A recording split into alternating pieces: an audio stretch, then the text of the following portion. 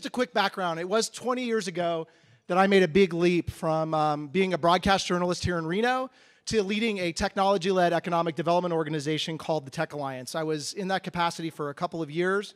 I did want to note, as we go through, and maybe can advance the slide, this was the logo back in early 2000. God, doesn't it look like a 2000 logo? It's amazing, but look at the homage to the state of Nevada. We had a really simple mission back in the days when we created the TechAlliance. It was 4 things. We needed to educate the community about what needed to be done to attract technology-based business. We also wanted to raise the awareness of Nevada as a great place to locate a technology company.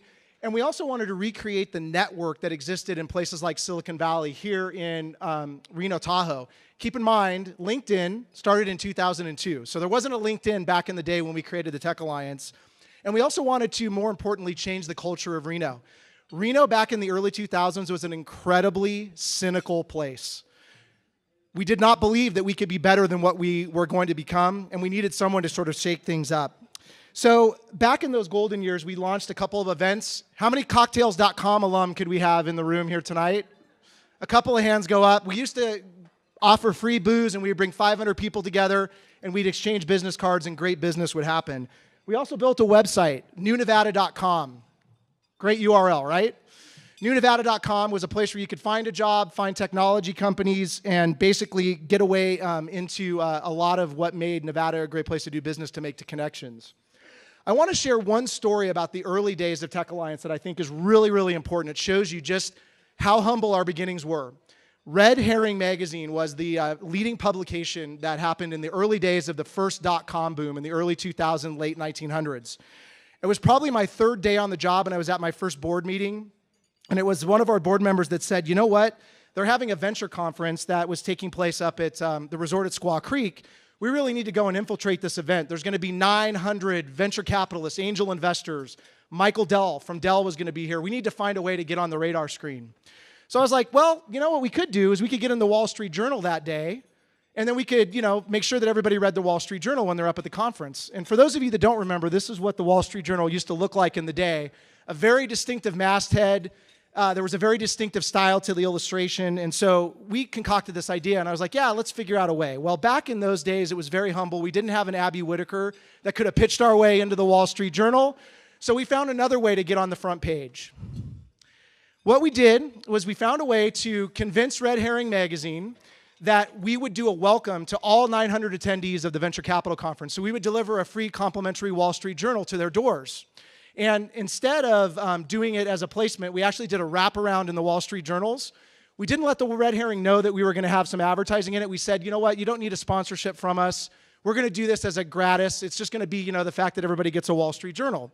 Well, in the course of 3 days, we had a call to Mary Bell Batcher, who was the chief of staff for the late Governor Gwynn, and we convinced him that he would lend a personal note, lend his identity to the event, and we basically delivered 900 papers. And this is what we got in the way of headlines. Back in the RG Day days, and Bill O'Driscoll, who wrote this story, is somewhere in the audience. Bill, where are you? Thank you, Bill. We got a lot of publicity about this. Now, let me tell you the cluster you-know-what that actually happened around this event.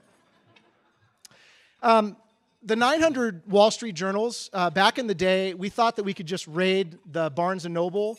We thought maybe we'd go to the airport and pick up a couple extra copies.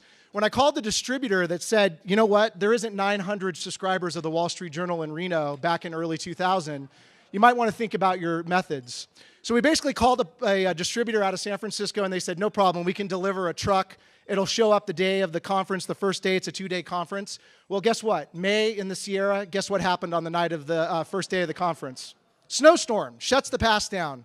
We don't get the Wall Street Journals delivered. So we go back and we say, okay, we got one more day. So we get the Wall Street Journals over the pass, and I said, you know what? We had a delivery mechanism to deliver the Wall Street Journals, but they ended up going on to another job. So I had to enact my team to go make sure that we got the 900 papers delivered. Well, guess who my team was? It was my newlywed bride, Carrie, and I, and we shoved 900 Wall Street Journals in the back of my 4Runner and her Jetta, and we proceeded to deliver 900 newspapers to the resort at Squaw Creek, Plump Jack, and every hotel where all the venture capitalists were coming. We made it, we did it, and I just want to say that those were the gritty days of the economic development and tech-led industry here. We had to get on the radar screen. I want to make note that in 1999, there were some really important things that happened in the state of Nevada. Everybody thinks that economic development is a sequence of very well planned out events. And anybody that works in economic development will tell you it's a bunch of disconnected events that come together to create synergy. So back in 1999, the Millennium Scholarship, and I know we have Lieutenant Governor Kurlicki here tonight to talk about that. The late Governor Gwynn started the Millennium Scholarship, was geared to get students to realize, a round of applause for that. Still in existence today. It dramatically increased the number of students that were entering higher education in the state of Nevada. Just to give perspective, the enrollment in 1999 when TechAlliance and NCET was started was 12,400 students. Today, the University of Nevada is well over 21,000 students that are in a job. I want to show this chart. This is hard to read, but if you look at the hockey stick, this is the growth of personal income, according to the U.S. Census Bureau, that happened over the 20 years that NCET has been in existence. When we started the first look at technology-led economic development, we were 5 to 10% below the median national average. Reno is now consistently in the top 5 to 10%. So it's working and it's creating opportunities. I want to make note that we have the pleasure of having some of the very early founders of TechAlliance. These were the visionaries that actually sat in a room when we had no funding. We were actually able to get a grant from the U.S. Economic Development Association and the Department of Commerce. So I want to make note, and let's hold applause till we're all done, but we have Richard Bostorff, who's here, Dick Bostorff. We have Roy Farrow. We have Mike Reed. We have Garrett Sutton. And one of the early transition presidents that came on from NCET, Dave LaPlante. We also have Mike Bosma, served on one of the early boards of TechAlliance. And those who couldn't be here, Ken Hawk, Bob Goff from Sierra Angels, and also notably Chuck Alvey, who was the president and CEO of EDON, and we incubated in those early days at TechAlliance and NCET in the offices of EDON. So a round of applause to the early founders. You want to raise your hand so we can see who you are.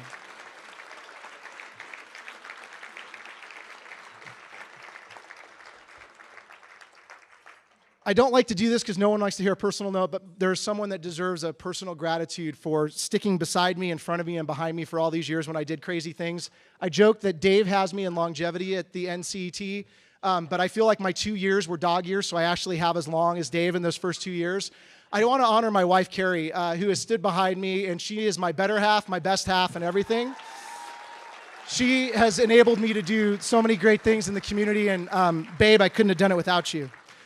This quote I just want to leave you with, and I know I've taken more time, Dave, thanks for allowing me to have it. We really did start in the early days with connections. My former boss, who is the news director at Channel 2, ended up marrying my first board chair, Richard Bostorff, which is how I got my job in transition. But the drops that we make in the community today are really amazing. If we would have sat in a boardroom 20 years ago, we really did swing for the fences. I note that Tesla has a table out here, and when I went and visited your facility and I looked at the number of engineers that were walking around in your facility, and we have one of the most highly advanced manufacturing facilities and engineering facilities in the world, we did believe we could do it. Back in those early days, we said that Reno was capable of supporting the economy that we have today. So I leave you with this. I'm excited for the first 20 years, but I'm more excited for the next 20. I can't wait to come back here and see what this community becomes and continues on this great success. But I remind us not to lose the grit that got Nevada here in the first place. Is we're not invited to the table. We have to push our way to it. And the TechAlliance and NCET has done a great job of doing that over the years. And thank you to all of you for all the support to keep us going.